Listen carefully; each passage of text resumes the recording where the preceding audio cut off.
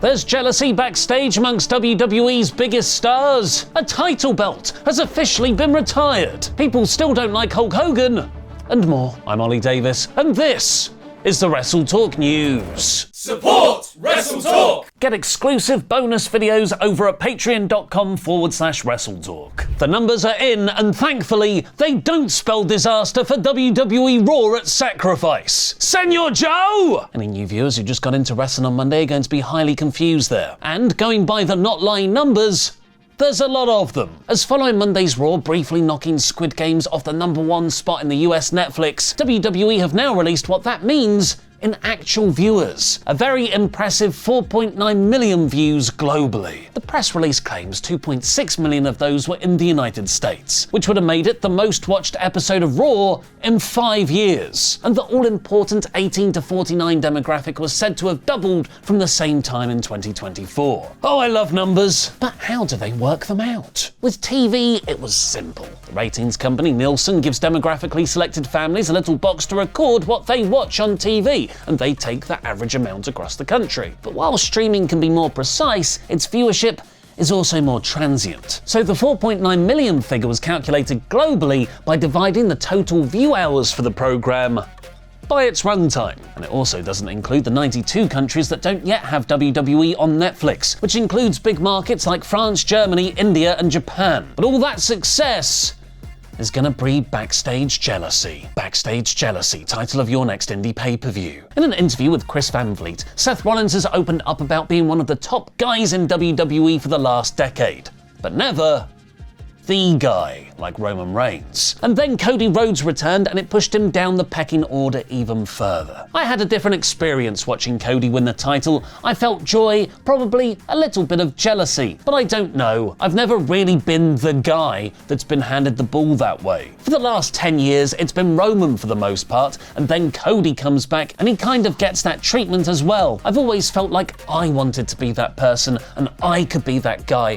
but it just wasn't for me in the eyes of the people who were making those decisions. So there was this joy and this happiness that we kind of crossed a proverbial finish line, certainly a little bit of professional jealousy as well. But I mean, look, Roman doesn't get to where he's at without me, I don't think. I think he would tell you that as well. And now you could argue that CM Punk coming back has squeezed Seth out of the tippity top of the main event scene, something which might be even more painful. Bully Ray recently claimed on Busted Open Radio that Seth Rollins does not like CM Punk at all. Punk can't stand what Rollins has turned into. There is very, very real animosity. And now Seth himself has expanded on that, telling Van Vliet how their relationship was closer than student and teacher, but then Punk left WWE. Even over the years, I reached out to him a couple of times to try to engage and to see if he was interested in coming back, and nothing. No response. Except whenever he would get a chance, he'd talk as much crap as he could. Everything went south, and that's kind of where the root of it is. You trust someone, you believe in them, you become close to them, and then they betray you with no remorse, no explanation, nothing. Before I get into how this could all be a good old-fashioned worky McWork face though, here's a word from this video's sponsor. Yes, that's right. Yes, nearly there. Oh, yes. Now I'm feeling it. Yes. Now it's nearly there. Come on. Oh, it's nearly there. Wait. What? No. No. Ah, God damn it. I hate this hacker crap. Luke, what are you doing in here? Are you trying to steal the company's data again? Maybe. Well, you know the data's all protected, right? What? How? By using Surfshark. Surfshark? Yes, Surfshark. Surfshark is a VPN that will protect your IP address, stop cybercriminals like Luke here, and allows you to watch content from all over the world. Go to surfshark.com/WrestleTalk for 4 extra months of Surfshark. Link is in the description. Wow, that's great, Tempest. Can you let me know the password to the back end? Oh yeah, of course. It's CM Punk did nothing wrong 69420. No spaces. Yeah. Ollie did make this, didn't he? What gives you that impression?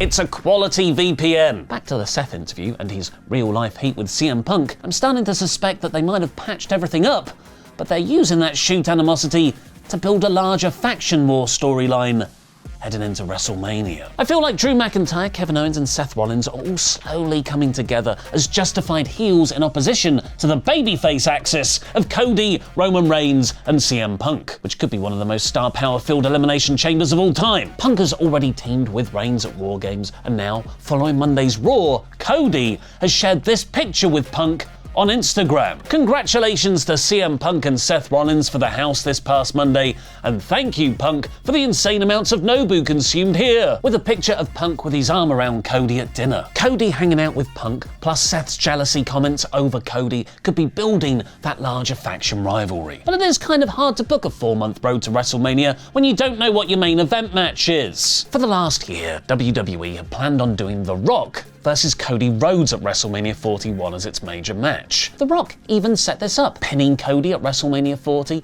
doing a post-Mania angle with Cody, and then showing up at October's Bad Blood to do the throat slit gesture at him. But then, on Monday's Raw, The Rock, who had beaten Cody bloody and often insinuated he would have sex with his mother, abruptly went, "Thank you, Cody. We're all cool now. Say hi to Mama Rhodes for me. Sorry I said I wanted to f her so much." And Cody had to stand there like, "I'm dying inside again." The Wrestling Observer is now reporting that it is official. The Cody versus Rock match for WrestleMania 41 is dead. Instead, PW Insider have reported Cody could face John Cena for the WWE title. Apparently, The Rock just does whatever he wants, and he's just decided he doesn't want to do the Cody match. This might be because he wants to be a babyface now, he might be too busy filming, or because he wants that match him and WWE have been trying to do for over half a decade.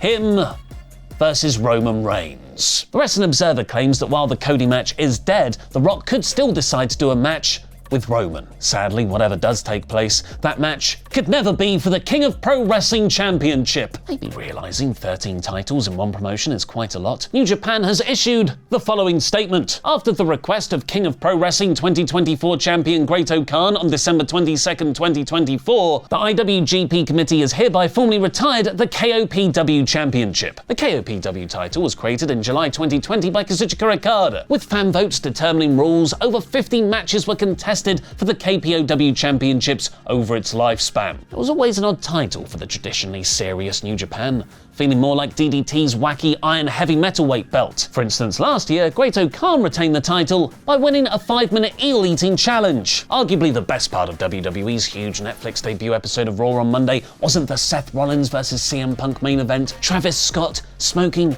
the wacky backy, or even Home Alone star Macaulay Culkin being shown in the crowd. No, the best part was Hulk Hogan cutting a mega babyface promo about how he loves the fans, while the fans booed him out the building. Despite the major story of Raw moving to a streaming platform for the first time in its decades-long history, a lot of the coverage has been about the negative fan reaction to Hogan. Fightful Select has reported WWE weren't happy about that being such a talking point, and WrestleVotes Radio have said the company might not put Hogan in front of a live crowd again. They'll instead pre-tape his commercials for any documentaries or commercials for the Real American Beer brand, which, just in case you forgot, is the very cynical reason WWE put Hogan out there on Monday. As recently as Saturday night's main event, which, yes, was last year, but also was actually only 3 and a bit weeks ago, the company went through great lengths to not use any Hogan archive footage to promote the show because he's so controversial, which was pretty difficult, as he's in practically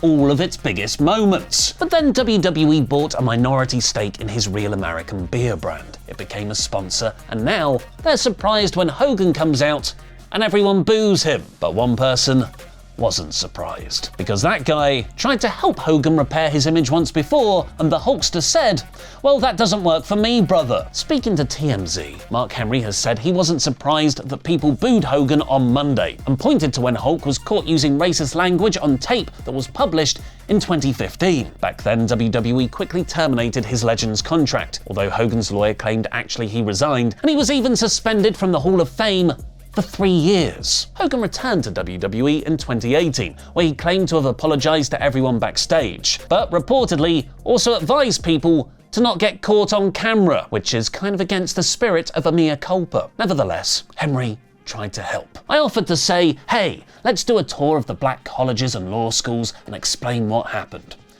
He didn't want to do that. And now, speaking on Hogan's return, with the social climate and the things Hulk said and done and his lack of effort to try and fix it, people are gonna come down on it. He never wanted to go forward and fix it. That's what happens when you think everything is gonna go away. It's not gonna go away. Happy Survival Series Day! A brand new episode is available to watch on PFK right now, where we try and name every Royal Rumble number 30 entrant ever. Here's a clip. The one that's seared into my mind the most is Rey Mysterio. Lol, Rey Mysterio. Ding. That is the number 30 everyone will get. Rey Mysterio. Ding. Everyone's least favourite number 30 entry. Not his fault. Rey Mysterio. Everyone was very sad and, let's face it, a bit unfairly booed Rey Mysterio.